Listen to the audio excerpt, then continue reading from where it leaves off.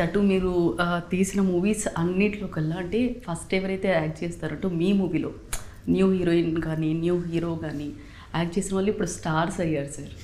So అంటే మీది హీరోస్కి హీరోయిన్స్కి lucky hand అని చెప్పొచ్చా సార్? ఏం చెప్తారు దీనికి? లక్కీ హ్యాండ్ అనే కాదు, ఇట్స్ కుదురుతాయి కొన్ని. అంటే ఎవరు అప్పుడు మనం కొత్త వాళ్ళన్నా ఎవరైనా ఒక సినిమాకి వాళ్ళకి వాళ్ళ అవసరమే కాదు, నా అవసరం ఉండి తీసుకుంటాను. సో నేను వాళ్ళకి ఫేవర్ చేయడం కాదు, వాళ్ళు నాకు ఫేవర్ చేసినట్టే అనుకుంటా. అంటే పాత్రలో అది దొరికిందని హ్యాపీ ఫీల్ అవుతాను నేను. సో లక్కీ హ్యాండ్ అనేది వాళ్ళ మీద డిపెండ్ అవుతుంది. ఎక్స్పెక్ట్ చేస్తారా సార్? అంటే చూడగానే అలా లేదు, నేను రాసుకున్న పాత్రని వాళ్ళు మ్యాచ్ అయిన అదే తీసుకుంటాను. సో నేను ఏమీ ఎక్స్పెక్ట్ చేయను, ఏం చేయను.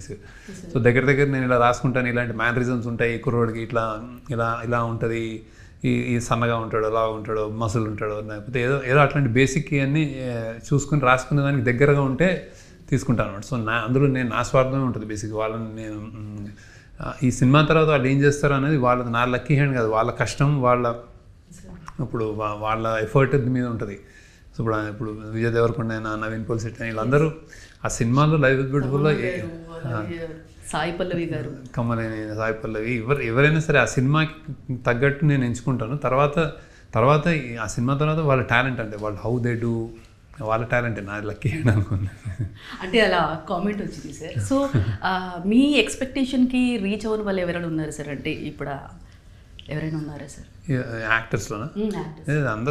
అందరూ ఎవరి స్పేస్లో వాళ్ళు చాలా బాగా చేస్తున్నారు, అందరు బాగా చేస్తున్నారు, ఎవరి స్పేస్లో వాళ్ళు బాగున్నారు.